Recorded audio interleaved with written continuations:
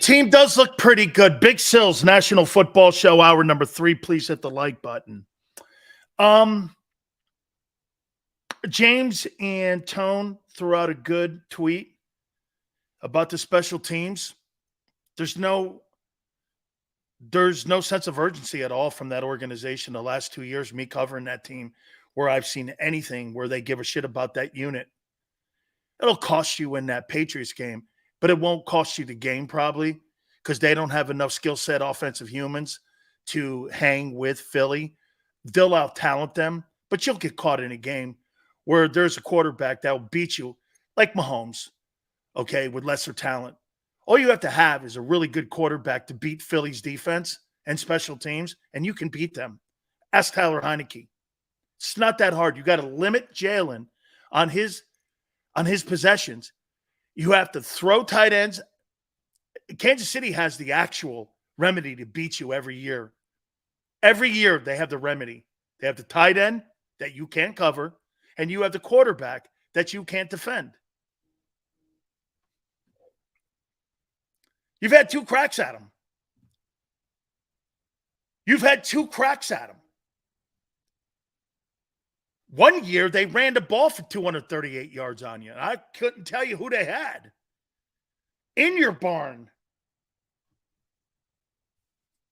In your barn.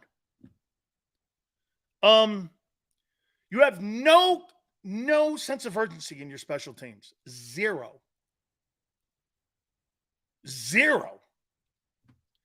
Cost you in critical games. Almost cost you in the Packer game last year. Packers weren't very good even. It'll cost you again. It always does, doesn't it? And here's the problem. Last year, you had the number 2 defense in the National Football League. So you could kind of get away from having teams start at the 35, right? You can't get away with that this year because you don't have the defenders to stop that. You don't. You have a brand new unit you're breaking in. Half your roster on the defensive side is brand new. Okay? You got 5 new players on defense, and you're better. I had the same people telling me that Nicholas Morrow would be an upgrade to Kaiser White, and he was whacked today. I guess sometimes it's just fodder for people to say shit like that. Okay?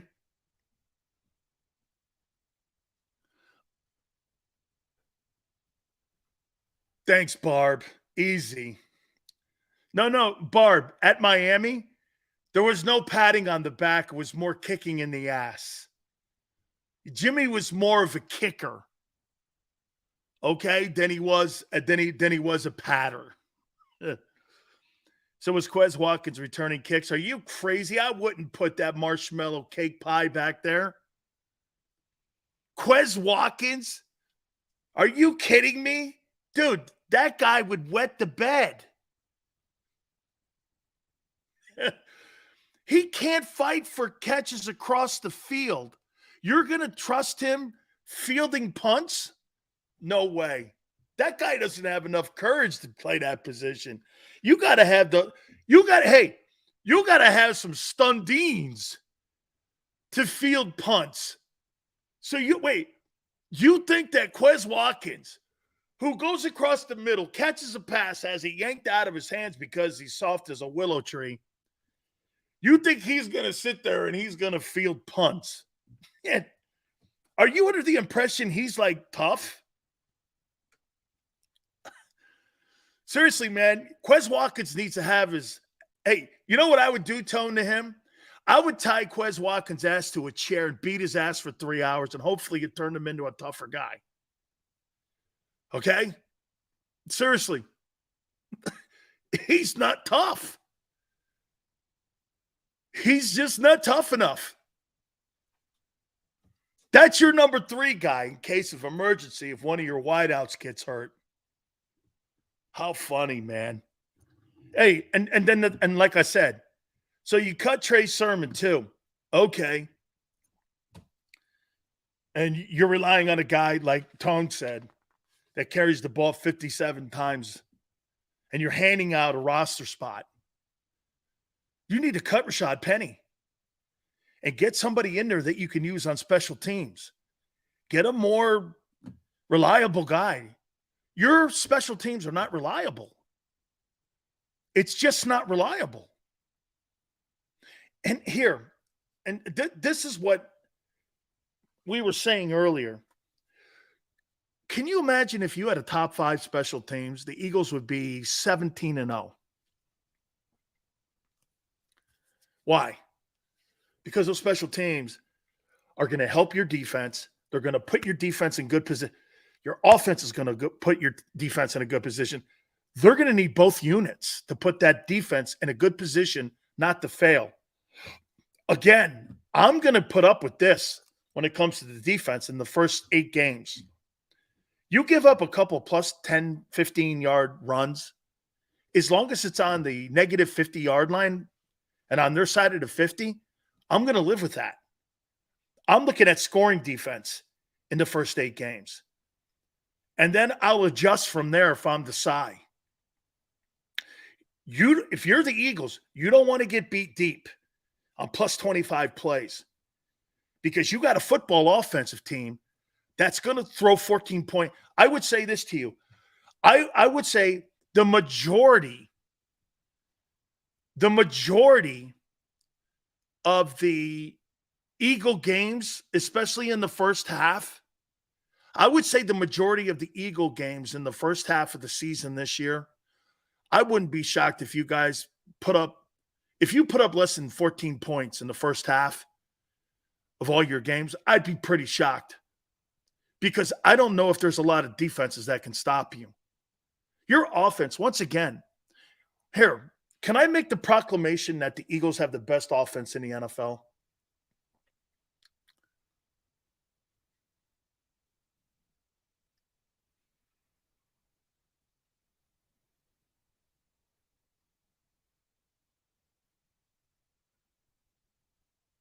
Are the Eagles the best offense in the NFL? Roster-wise.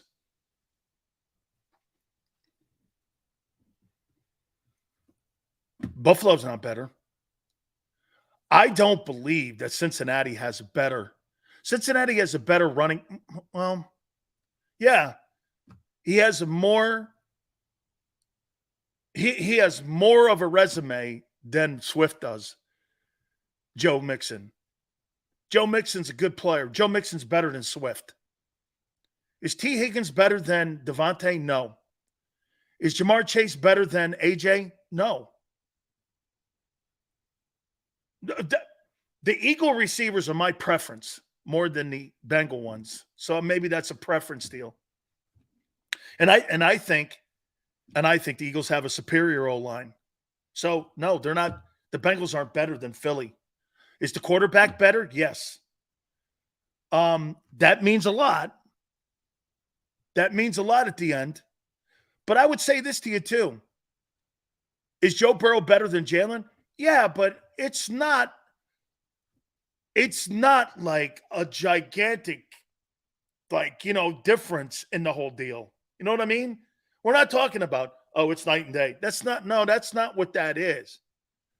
Okay? It's not that far apart. He's got the advantage, but it's not as far as people think. I don't think. Okay? The third receiver's better sack? Probably. Tight end's better than they got on Cincy. I'm trying to think. Maybe the Chargers? Right? The Chargers? Chargers have a good offense, good O-line, quarterback's good. Running back, Austin Eckler is exactly what Philly wants DeAndre Swift to look like. That's exactly what they want him to look like. NFL top 100 Jalen was higher than Burrow. Yeah, so was Wentz. He was also third. Nice list. Nice list, Arthur. Wentz was third too. 5 years ago. Yeah, Jalen and Wentz have a lot in common on that list. Both were 3. Both were 3, Arthur. I hope the same result doesn't happen. Yeah. Nice try, though. I like it, Arthur. It's good. It's good. We're good. We're good. We're good. Big Seals, you keep referring to Tone, but who the hell is Tone? Tone's been on a boatload of times. He's our producer. White Bean, he's a great one. I won't be shocked if people start grabbing him up. He's kicking ass. Absolutely kicking ass. Stop with the Chargers. They have perennial top 5 roster, never do anything with it. Well, they're also in the AFC. Okay? Look, if the Eagles are in the AFC, they're losing games too. You're losing games. The damn Chiefs lost to the Colts. You're losing games if you play in that conference. Okay? You're losing games. You're not in the JV league known as the NFC. The NFC is the JV league. All right? So, I'll say this to you. We looked at this a couple days ago, and I would come down to this. I like the starters. A lot of question marks. Here's the question marks this year on the roster that's now set. Cam Jurgens, Quez Watkins. I'm not going to put a circle around Jalen Carter. I'm not. And I should. That's an opinion. Okay? I just don't believe that guy is a bust. And now, let me take this back before I say it, because it'll sound like I'm saying Jordan Davis is a bust. If Jalen Carter puts in the same season that Jordan Davis did, it'll be a massive disappointment. That will be a massive disappointment if Jalen Carter has the same season that Jordan Davis had last year. Okay? That would be a massive letdown. Okay? Because Jordan Davis was not very good last year. And I think Jalen Carter's going to be a beast this year. I think he's going to be absolutely great. Ray says, I see 12 wins. Yeah, I mean, I think that's where we're hanging, 12-5. I think that's kind of where we're hanging. Dean's a massive question mark. Watch this. I think Zach Cunningham is less of a question mark than Nakobe Dean. I have more faith. Now, again, Cunningham's health is another conversation, okay? But I would say this. I got more confidence in Zach Cunningham playing the will linebacker position than I do Nakobe Dean playing the Mike linebacker position. Okay? This is the first year playing for Dean, Maxon says. Well, the first year starting for TJ, he had 130 some odd tackles. Last year, he had 160. So, Maxon, in 2 years, he's had 300 tackles. Has TJ Edwards. So, he's got a lot to live up to. Of all the players that are replaced, I think Jalen Carter this year, I think he's going to – I'll tell you this. If I get this out of Jalen Carter, 55 tackles, 7.5 sacks, 8 sacks, I think he covered the nut of Javon Hargrave. And at $15 million cheaper, which is a win. Nakobe Dean's got to have 100. Let's just do his rookie year. Okay, or his first year starting, TJ. So Maxon, you think Nakobe Dean's going to have 130 tackles this year at the Mike linebacker position? Okay. I think Slay's a question mark. I know a lot of people love Reed Blankenship. I don't really have a question mark on Brandon Graham. Brandon Graham may not have the numbers that he had a year ago, but he's going to play well for them over there in that left defensive end position. In my opinion, Reddick, if Reddick puts up between 12 and 14 sacks, I'm going to say something to you. If he puts up another season of double-digit sacks, what round was he drafted in? What round was he drafted in? Okay. Hey, look at this guy here. Dean doesn't need to have 100 tackles. So those 300 tackles, he says, you don't have to worry about them. Who's making them? Who's making 300 tackles then? Where are those 300 tackles going? That made you the second-ranked defense in the league. Where are those 300 tackles going then? To your secondary? Because if they're going to the secondary, you're giving up 5 yards a carry, and you'll be crushed. You didn't have a guy in your defensive line have over 60 tackles. So you think some D lineman's going to have 100 tackles on your Eagle team when Jordan Davis had 19? Where are those 300 tackles going? No, actually, 160 and 117. This one guy here says, don't worry about the 327 tackles between Kaiser White and Dean. You don't have to worry about that. It's no biggie. They're good. Okay. The Kobe doesn't have to have 100 tackles. So then you have a lesser player in there. Okay? Remember this. If Dean doesn't have 100 tackles, you have a lesser player in there against the run. You have a lesser player. You weren't very good the last 2 years. But again, off that, I'm done with that because that's next Sunday. Next Sunday, we'll know that. Hey, you know the cool thing is, here's the proclamations that I've made that we're going to find out. Well, probably not exactly. It's probably going to have to be 3 games. We're going to know in the first month of the season if Dean's good, if Davis has upgraded his play, if Reddick is going to be consistent. There's no reason not to believe that he's not. It's 3 years now.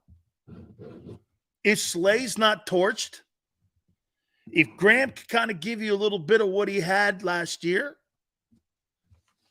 and if Jalen gets better, which I think he will.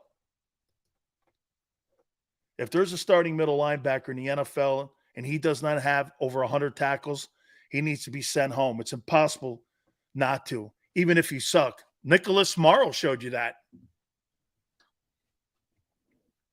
Nicholas Morrow had 100 tackles in Chicago. And he was just cut by the Eagles. What's that tell you? I mean, and we're not touting it here like TJ Edwards is Roquan Smith or Fred Warner or the guy in Buffalo. We're not like crowing that he's that level player or the guy that the Bears just signed in Chicago. Reddick was a first-round pick. I didn't know that. Right before, okay. So Reddick was a first-rounder and 3 teams or 2 teams moved off him. Boy, is that a failure by Carolina and Arizona. He was a first-round pick? Wow. I'll tell you what, and I mean this, Hassan Reddick has been a better pass rusher in his NFL career than Jadeveon Clowney ever was. I mean, Jadeveon Clowney could go down as maybe the most overhyped defensive end in pro football history. The poster was better looking than actually the movie. He's never had a double-digit sack year in his entire career. You know that? He was the first pick in the draft. He never had a double-digit sack season. Okay? And Reddick is better. Reddick's had a, you know, I'm going to, hey, some of you older guys, I'm going to make a comparison to you. Can I tell you this? I think he's kind of like a smaller version. Am I right, Tone? He's kind of a smaller version of Hugh Douglas. He kind of like Hugh. You know, Hugh's not going to defend a lot of people and he's not going to cover a lot of guys, but he's going to rush the passer and get home.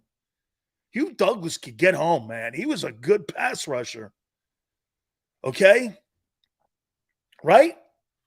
Yeah, that's right. Ronald, the hit on the Michigan quarterback in the Outback Bowl, I was standing on the sidelines. I used to work the Outback Bowl, and I was a sideline reporter, and then I became a color analyst for the Outback Bowl, and I was there for that hit, and I was like, that's the highlight of his career when that guy did that. Am I right when I say that about Reddick? Reddick kind of reminds me of a smaller Hugh Douglas because, you know, Jim Johnson didn't really know how to use him. Then he created that hybrid position for him, and then he rushed him. That's right, Arthur. He started with the Jets. I've forgotten that. Hey, and I would say this too, Arthur. The Jets, they flubbed up on that, right? They didn't know how to use his ass. The Jets really didn't know how to use Hugh. Sales the saying you went off today. What happened? I didn't go off, Mara. Go off on what? Go off on what? I was just talking about Dak. I didn't go off on it. Trent Cole is a better comp to Reddick.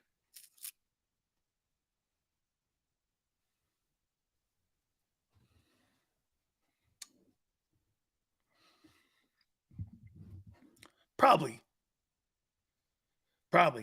Reddick's very underrated. Here, Reddick's probably the most, well, I don't know anymore. But Reddick could be the most underappreciated player. Last year was Edwards. But I'll tell you this. I don't think Reddick is underappreciated in Philly, but I think he's underappreciated around the league because when you talk about the top defensive guys this coming season to be the NFL Defensive Player of the Year, Reddick's name is not really anywhere to be seen. It's Boza. It's Micah Parsons. It's Crosby.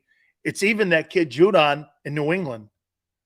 It's guys like that. It's not really, you know, Reddick. They bring his name up. How about let me show you something, the kind of impact that Hassan Reddick had in Philadelphia last year. He not only changed that pass rushing and created big plays with number 1 and 3rd down sacks and also fumbles caused. You want to hear this? He changed the freaking rule in the NFL like he's Shaquille O'Neal that you could carry 3 quarterbacks and one of them the emergency quarterback. He changed that rule. He single-handedly changed that rule by knocking Purdy out. That is impact.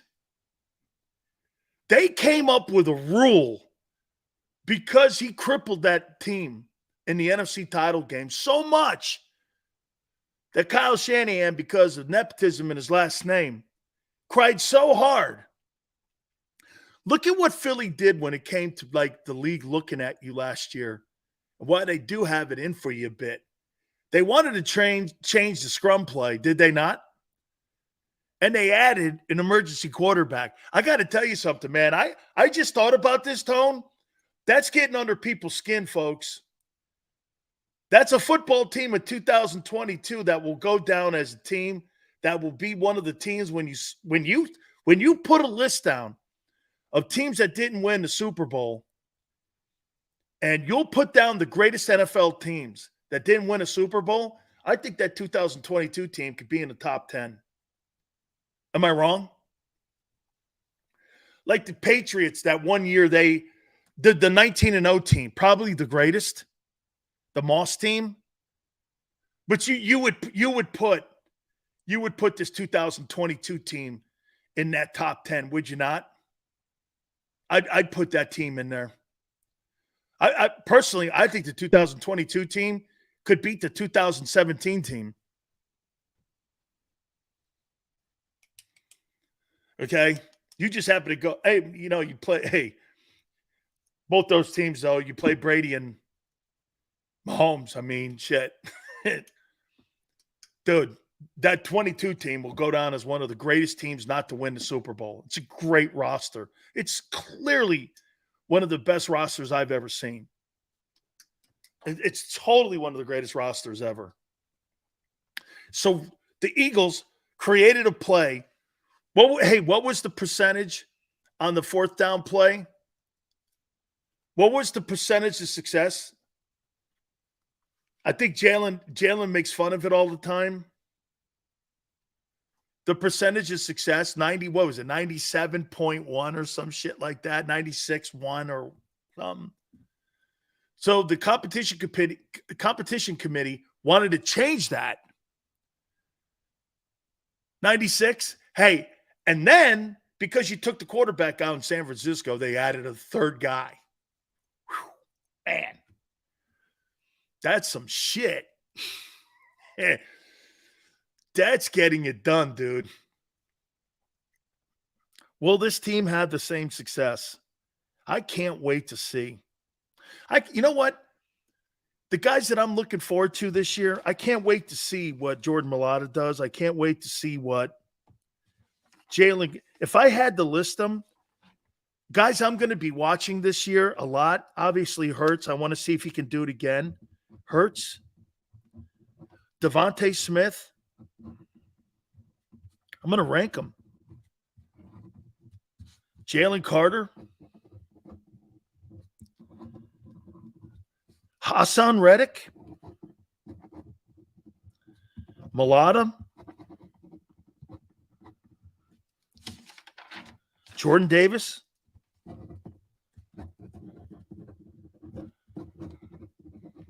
I'm giving you guys kind of what I'm going to be covering this year. Quez Watkins, I want to see what that stiff does.